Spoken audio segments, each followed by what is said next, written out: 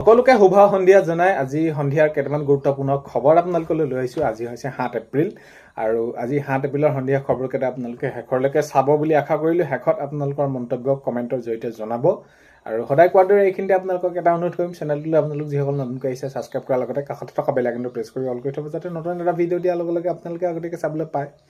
যদি ভাল পায় ভিডিঅ'টো লাইক এটা কৰি দিব, শ্বেয়াৰ কৰি দিব বুলি আশা কৰিলোঁ। প্ৰথমটো খবৰ হৈছে, যিহেতু আজি এতিয়া নিৰ্বাচনী প্ৰচাৰ শেষৰটো দিন, অহা কাইলৈ মাজত মাত্ৰ আৰু এটা দিন থাকি পৰহিলৈ ভোট গ্ৰহণ প্ৰক্ৰিয়া হ'ব। আৰু এতিয়া আমি দেখা পালোঁ আজিৰ দিনটোত প্ৰত্যেকে নিজৰ নিজৰ প্ৰাৰ্থিত্ব লাভ যিসকলে কৰিছে নিজৰ নিজৰ প্ৰচাৰ কাৰ্যসূচীত তেওঁলোকে আজি গোটেই দিনটো তেনেদৰে তেওঁলোকে সেইখিনি প্ৰচাৰ কাৰ্যসূচী চলোৱা দেখা গ'ল, ৰাইজৰ মাজলৈ যোৱা দেখা গ'ল। বাৰু যি কি নহওক, এতিয়া আমি প্ৰথম খবৰটোলৈ আহিছোঁ। বৰাক উপত্যকাত অন্তিম দিনৰ প্ৰচাৰ চলালে অমিত শ্বাহ ডাঙৰীয়াই।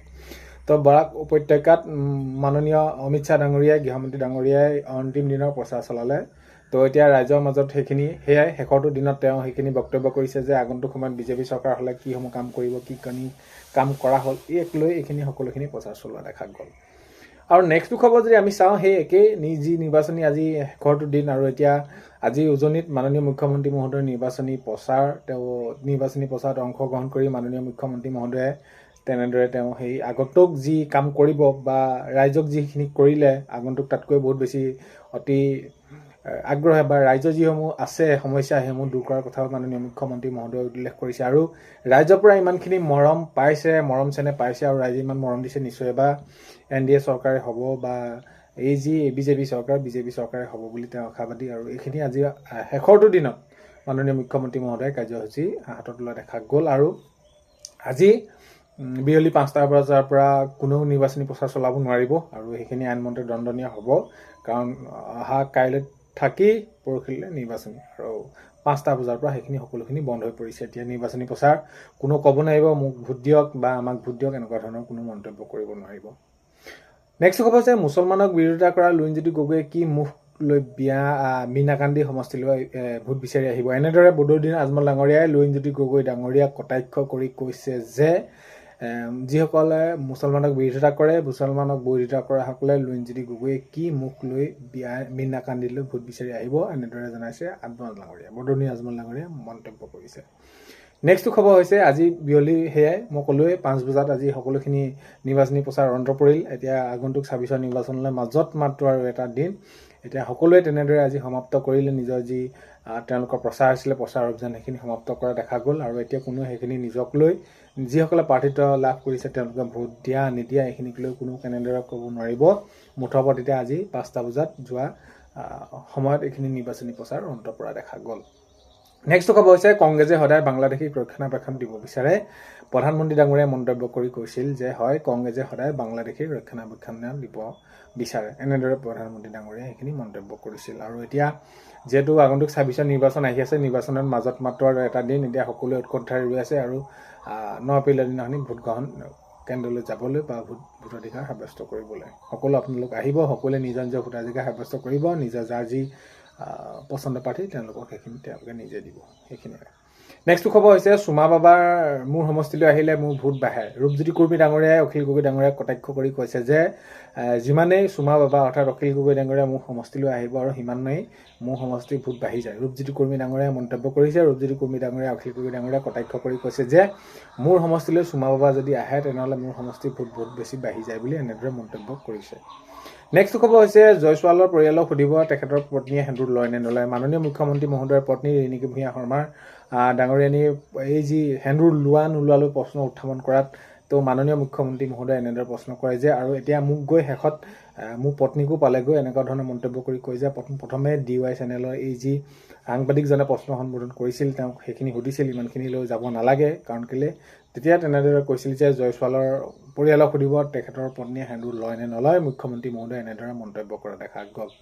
নেক্সট খবৰ হৈছে, উজনি অসমত ক্লিন চুইপ কৰিব বিজেপি মিত্ৰজোঁটে। মাননীয় মুখ্যমন্ত্ৰী মহোদয়ে জনাইছে যে যিহেতু এইবাৰ উজনিত বহুত বেছি ৰাইজৰ পৰা মৰম পাইছে, ৰাইজে মৰম দিছে আৰু সেইখিনি আমি দেখিছোঁ বা যিয়ে নহওক সেইখিনি এবাৰ ৰাইজে মৰম দিছে আৰু এইবাৰ নিশ্চয় বিজেপিয়ে এইখিনি ভাল এটা প্ৰদৰ্শন কৰিব বুলি এনেদৰে আশাবাদী মাননীয় মুখ্যমন্ত্ৰী মহোদয়ে মন্তব্য কৰিছে।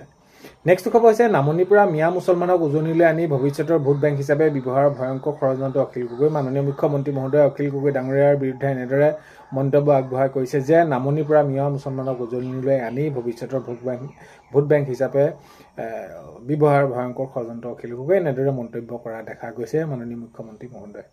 নেক্সট খবৰ হৈছে অখিল গগৈ শিৱসাগৰ সমষ্টিটো ভেঞ্চাৰ সমষ্টি বনাই ৰাখিছে। মাননীয় মুখ্যমন্ত্ৰী মহোদয় আজি নিৰ্বাচনী প্ৰচাৰৰ শেষ মুহূৰ্তত এনেদৰে এইখিনি সকলোখিনি মন্তব্য ৰাখি কৈছে যে অখিল গগৈ শিৱসাগৰ সমষ্টিটোত ভোট যিটো সমষ্টি একেবাৰে ভেঞ্চাৰ সমষ্টি হিচাপে বনাই ৰাখিছে। কাৰণ কেলৈ ইয়াত কোনো ধৰণৰ উন্নয়ন হোৱা নাই, উন্নয়ন কৰা দেখা নাই। আৰু এইবাৰ নিশ্চয় শিৱসাগৰ ৰাইজে বুজি পাব, বুজি উঠিব। আৰু সেয়াই আগন্তুক যি 26 নিৰ্বাচন আহি আছে তেওঁলোকে সেইখিনি নিজৰ বিবেক ভোট দিব বা তেওঁলোকে সেইখিনি বিচাৰ কৰিব বুলি মুখ্যমন্ত্ৰী মহোদয়ে মন্তব্য ৰখাইছে। নেক্সট খবৰ হৈছে আমাক এবাৰ সুযোগ দিয়ক শিৱসাগৰত জাকত জিলিকা কৰিম। মুখ্যমন্ত্ৰী মহোদয়ে সেইটো সমান্তৰালকে কৈছে যে আমাক এবাৰ সুযোগ দিব লাগিব, আমি কাম কৰিবলৈ সুবিধা পোৱা নাই, আমাৰ নীতি আদৰ্শৰ লগত নিমিলে। তো এইখিনি যি আমাৰ যদি এবাৰ আমাৰ যি দলৰ হৈ যদি আমি প্ৰাৰ্থী এজন পাওঁ তেনেহ'লে নিশ্চয় আমাৰ এবাৰ সুযোগ দিলে আমি সুযোগ কেতিয়াও এইখিনি হেৰুৱাব নোখোজোঁ। আৰু সুযোগ দিয়াৰ পাছত আমি শিৱসাগৰত জাকত জিলিকা কৰিম বুলি মুখ্যমন্ত্ৰী মহোদয়ে মন্তব্য কৰিছে।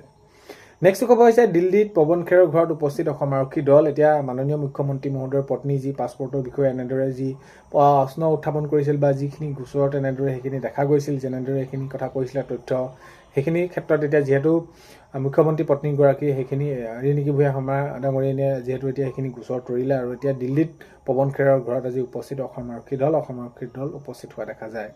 নেক্সট খবৰ মাননীয় মুখ্যমন্ত্ৰী মহোদয়ে জনাইছে যে য'তেই লুকাই নাথাকক, পাতালত লুকাই থাকিলেও নিষ্ঠাৰ নাপাব পৱন খেৰাই। মাননীয় মুখ্যমন্ত্ৰী মহোদয়ে এনেদৰে মন্তব্য কৰিছে যে য'তেই নাথাকক, য'লৈকে নাযাওক, যি নেকি এইখিনি মিছা অভিযোগ আনিছে, এই অভিযোগত এতিয়া তেওঁ সেইখিনি বিচাৰ কৰা হ'ব আৰু পাতালত লুকাই থাকিলেও নিষ্ঠাৰ নাপাব অমিত পৱন খেৰাই বুলি মাননীয় মুখ্যমন্ত্ৰী মহোদয়ে জনাইছে। নেক্সট খবৰ হৈছে ৰাইজক কৈছোঁ আমাক সহায় কৰক। মীৰা বৰঠাকুৰ ডাঙৰীয়ানীয়ে আজি অন্তিম দিনা শেষত তেওঁ নিৰ্বাচনী প্ৰচাৰ চলাই কৈছে যে আমাক ৰাইজে সহায় কৰক আৰু সহায় কৰিব, আৰু সহায় কৰিলে এবাৰ সহায় কৰাৰ পাছত ৰাইজৰ হৈ কাম কৰা নকৰা সেইখিনি সিদ্ধান্ত পাছত দেখিব। আমি ৰাইজৰ হৈ কাম কৰিবলৈ বহুত অতি আগ্ৰহে ৰৈ আছোঁ, এবাৰ সহায় কৰিলেই সেইখিনি হ'ল। নেক্সট খবৰ হৈছে অসমৰ মুখ্যমন্ত্ৰী গৌৰৱ গগৈ হ'লেই। তো এতিয়া ৰকিবুল হুছেইন ডাঙৰীয়া মন্তব্য কৰি ক'লেই যে এইবাৰ অসমৰ মুখ্যমন্ত্ৰী গৌৰৱ গগৈ ডাঙৰীয়া হ'ব। গৌৰৱ গগৈ ডাঙৰীয়াক সকলোৱে আঁকোৱালি লৈছে আৰু তাত কোনো ধৰণৰ সন্দেহ নাই। মুঠৰ ওপৰত এইবাৰ গৌৰৱ গগৈ ডাঙৰীয়া মুখ্যমন্ত্ৰী হ'ব, এনেদৰে ৰকিবুল হুছেইন ডাঙৰীয়াই মন্তব্য কৰিছে। নেক্সট খবৰ হৈছে হিমন্ত বিশ্ব শৰ্মা চিন্তিত হৈছে। ৰকিবুল হুছেইন ডাঙৰীয়াই মাননীয় মুখ্যমন্ত্ৰী মহোদয় হিমন্ত বিশ্ব শৰ্মা ডাঙৰীয়াক কটাক্ষ কৰি কৈছে যে এইবাৰ যিহেতু কংগ্ৰেছলৈ যিসকলে ৰাইজে বহুত বেছি মৰম দিছে, এইখিনি দেখি ৰকিবুল হুছেইন ডাঙৰীয়াই এইটো কৈছে যে হিমন্ত বিশ্ব শৰ্মা চিন্তিত হৈছে আৰু এইকেইদিন তেওঁৰ অৱস্থা বহুত বেছি বেয়া বুলি এনেদৰে কটাক্ষ কৰা দেখা গৈছে। নেক্সট খবৰ হৈছে অন্তিম দিনা ডিমৰীয়া সমষ্টিত মাৰাথন প্ৰচাৰ অগপ প্ৰাৰ্থী ডক্টৰ তপন দাসৰ হয়। এতিয়া আজি শেষৰটো দিনত তেওঁলোকে নিৰ্বাচনী প্ৰচাৰ চলাই শেষৰটো সামৰণি আজি সেইখিনি সামৰণি পৰা দেখা যায়। গ্ৰেপ্তাৰ ভয়ত পৱন খেৰাই পলায়ন কৰিছিল। মাননীয় মুখ্যমন্ত্ৰী মহোদয়ে কৈছে যে পৱন খেৰাই গ্ৰেপ্তাৰ ভয়তে পলায়ন কৰিছিল বুলি এনেদৰে মন্তব্য কৰিছে। নেক্সট খবৰ হৈছে অসমত এইবাৰ নোহোৱা নোপোজা নিৰ্বাচনী ফলাফল হ'ব। পীযুষ হাজৰিকাই মন্তব্য কৰিছে আজি নিৰ্বাচনী প্ৰচাৰ শেষৰটো দিনত প্ৰচাৰ চলাই যে অসমত এইবাৰ নোহোৱা নোপোজা নিৰ্বাচনী ফলাফল হ'ব। নেক্সট খবৰ হৈছে উন্নয়নৰ স্বাৰ্থত বিজেপিক ভোট দিব শিৱসাগৰ ৰাইজে সেইখিনি মন্তব্য কৰি কৈছে যে কিছু ৰাইজে এইবাৰ শিৱসাগৰ স্বাৰ্থত অৰ্থাৎ শিৱসাগৰ উন্নতিৰ ক্ষেত্ৰত এইবাৰ ৰাইজে শিৱসাগৰত সেইখিনি ভোট দিব শিৱসাগৰ ৰাইজে এনেদৰে মন্তব্য কৰিছে। আজি 7 এপ্ৰিলৰ সন্ধিয়া খবৰ এইকেইটাই আপোনালোকক জনালোঁ। ভিডিঅ'টো শেষলৈকে চোৱাৰ বাবে বহুতেই বেছি ধন্যবাদ। ভিডিঅ' প্ৰথমতে কোৱাতে চেনেললৈ আপোনালোক যিসকল নতুনকৈ আহিছে ছাবস্ক্ৰাইব কৰাৰ লগতে কাষতে থকা বেল আইকনটো প্ৰেছ কৰি অল কৰি থ'ব, যাতে নতুন এটা ভিডিঅ' দিয়াৰ লগে লগে আপোনালোকে আগতীয়াকৈ চাবলৈ পায়। আজিলৈ মানে অন্য এটা ভিডিঅ'তে লগ পোৱাৰ কাৰণে পায়।